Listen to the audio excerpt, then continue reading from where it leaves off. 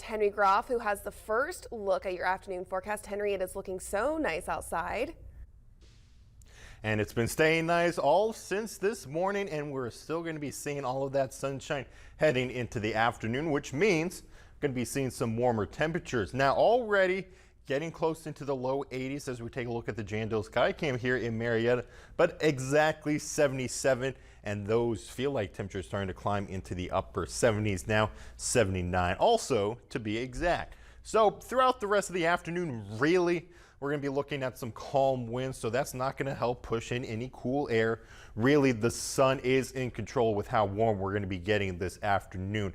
So most of us climbing into the mid 80s today, and we're still expecting some warmer temperatures for tomorrow. But as always, if you do plan on heading outside this afternoon, you have to be careful, especially with that high UV index climbing into 8. So you will need that sunscreen today, and I'll have more on how warm we're going to be getting towards the end of the week and my full forecast later on. But for now, back to you, Alexa.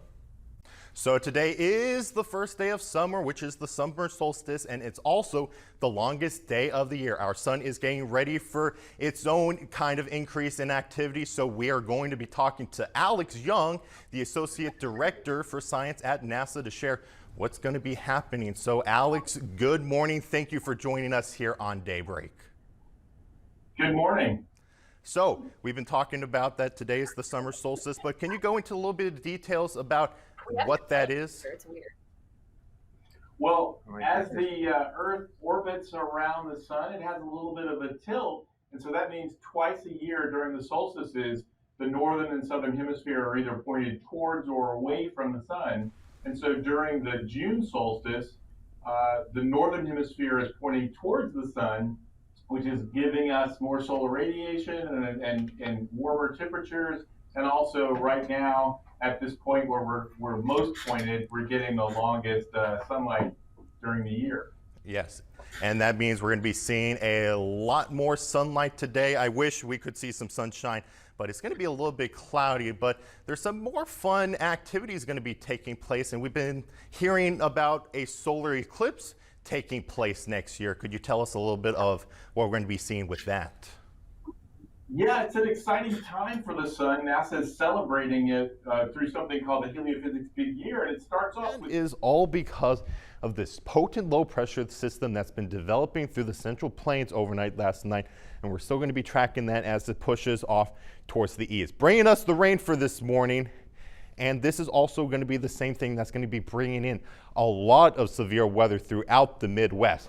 For us here in the Middle Ohio Valley, we're going to be seeing a marginal threat, with the main issue going to be gusty winds through the overnight hours. But I'll show you that when we get to our future cast in a minute.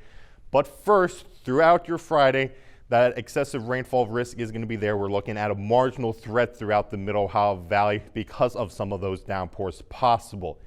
Now, it's mainly just going to be through the morning, early afternoon, still going to be looking at a few possible heavy downpours, and then we'll get a break. But then, as we get into tonight, we'll look at that chance for a few thunderstorms starting to develop, and then the squall line is going to start to develop, bringing in some gusty winds with that line. It's not going to be with us until we get to around the 4 o'clock hour, so you'll have to keep an eye on that. But by the time it does get towards us, it is expected to start weakening a little bit. And then we get to the main course, which is on Saturday. So well, Alexa, I think we have some good preparation going on. And so I wanted to check in with the co-founder of the Multicultural Festival. Sometimes she doesn't like to brag, but we have B. Cora. Thank you for joining us this afternoon. So you want to tell us about what you guys are currently doing and what is your main job here for the fest? I've had every job possible. If I lived in Las Vegas, because this is how some residents of one Las Vegas area neighborhood may give directions to their friends. A community built by Harmony Homes in Henderson named all the streets after Pokemon characters. The idea came exactly where you think, one of the construction workers' manager kids. And in the shadow of mega-themed casinos, the street name theme will continue. Harmony is developing another community that will have street name after characters on the TV show Yellowstone. So wow. I hope I forget how, there's 1,000 options for street names. I know there's 1,000 Pokemon. names out there. What would you want? Oh, that's difficult. Empoleon Lane. Oh, okay. I think I'd Yeah, like that's my favorite Jigglypuff Lane. Pokemon. Good morning, everybody. If you weren't able to enjoy that nice weather yesterday, hey, you still got plenty of time. We're enjoying more sunshine later on into the afternoon, but dealing with a little bit of cloud cover that's helping to keep our temperatures relatively steady. Most of us in the low 50s to mid 50s down south. So quite a nice morning commute for all of us. And then into the lunchtime hour, hey, we're already back into the mid 70s. Definitely take advantage of that. Even the low 80s this afternoon. Winds still going to be nice and calm out from the south between 5 to 10 miles per hour. Now overnight tonight, we're still going to be sticking around with just a few clouds, but not dropping those temperatures too far, only down into the low 50s and enjoying the 80s yet again with plenty of sunshine. And that is going to continue over the next couple days, just with the difference in our temperatures when we roll into Thursday. We're back in the low 70s, including Friday. So it's nice to see another Friday with more sunshine. Not to get your vegetables planted yet, because we were going to see a freeze, and you were completely right. You're completely right. We got into next week and we saw those morning lows even down into the upper 20s. I think you're trying to take my job, aren't you? You want to switch?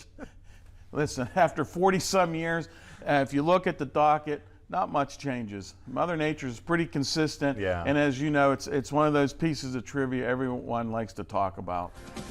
So hey, we're looking at a fantastic afternoon across the Middle Ohio Valley, but before you head outside later on, you don't want to forget your water bottle. You're going to need to stay hydrated throughout the rest of the afternoon, because those temperatures are just going to continue to increase. But at least we're looking at some blue skies across the Middle Ohio Valley. I don't want the 90s, even though we are not there yet, Alexa. I know we aren't there yet, but you made a really good point about staying hydrated ahead of that, sharp increase into the 90s. Yeah. It's important to get ahead of it. I know we're only going to be climbing in the Yeah. mid 80s, but it's always a good idea to start getting in that habit of drinking more water.